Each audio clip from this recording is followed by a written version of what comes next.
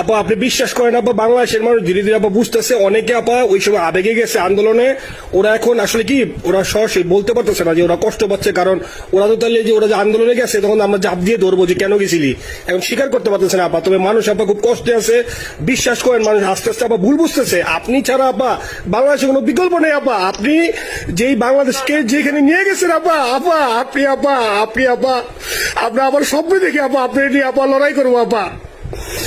আপা যথেষ্ট করছি বাংলাদেশের জন্য, দিন নাই রাত নাই, খাওয়া নাই নাওয়া নাই, দিন রাত জি আপা, আপনি যেই পরিশ্রম আপা করছেন আপা, উঠাইছিলাম বাংলাদেশের সম্মান সব ধুলাই মিশাই দিছি। আপা কষ্ট লাগে আপা, যারা মনে করেন অতি উৎসাহী আপা ওরা নিলে বুঝে নাই, বা ওরা জামাত শিবির আপা ওরা বঙ্গবন্ধুর স্ট্যাচু নিয়ে আপা ওইখানে এই বঙ্গবন্ধুর স্ট্যাচু অপমাননা করছে আপা, কিন্তু আরবি আপা আপনার পালিত আপা, ওরা আপনি আপা এই কাজটা করলো আপা, এর চেয়ে কষ্ট কোথায় আছে আপা?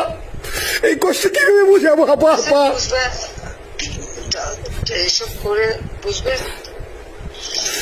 এখন আপা তাইলে আমরা ওই যে আপনার এই বিষয়টা এখানে যে সিডিডের গুলো আছে আপা, এই মামলাগুলার নথিগুলা ইংলিশে ট্রান্সলেশন করে আপা ওই যে সিডিডের গুলা গেছে আপা অফিসগুলোতে পাঠানো শুরু করি আপা। সব যা পাঠাতে থাকো, জি থাকো যেটুকি। জি, আর সিদ্দিক ভাইকে আপনি বলে দিয়ে আপা, যাতে সিদ্দিক ভাই তো আসলে উনি তো বয়স